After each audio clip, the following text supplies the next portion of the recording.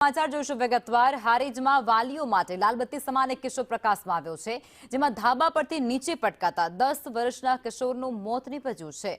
પતંગ ઉડાડતી વખતે 10 વર્ષનો આ કિશોર જે નીચે પટકાયો હતો અને સારવાર દરમિયાન નીરજ રાવળનું મોત નીપજ્યું છે।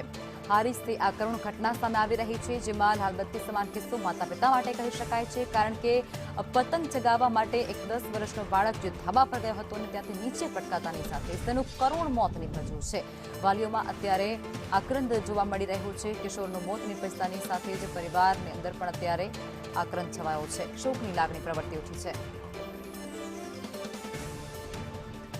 તો આ ઘટના જે વાલીઓ માટે અત્યારે લાલબત્તી સમાન કિસ્સો કહી શકાય છે, જેની અંદર ધાબા પરથી નીચે પટકાતાની સાથે જ 10 વર્ષના કિશોરનું મોત નીપજ્યું છે। ઉત્તરાયણનો પર્વ આવતો હોય ત્યારે પતંગ ઉડાડવા માટે આ 10 વર્ષનો કિશોર જે ધાબા પર ચડ્યો હતો। સંવાદદાતા વિષ્ણુ અમારી સાથે જોડાઈ ચૂક્યા છે। વિષ્ણુ, એક 10 વર્ષનો બાળક જે ધાબા પરથી નીચે પટકાતાની સાથે જ તેનું મોત નીપજ્યું છે, કઈ પ્રકારની ઘટના?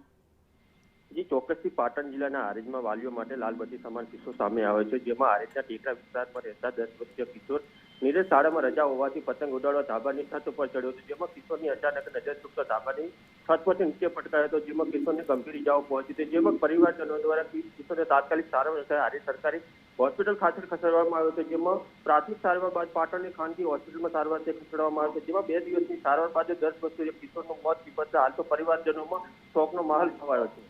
લખમાં જી આભાર વિષ્ણુ।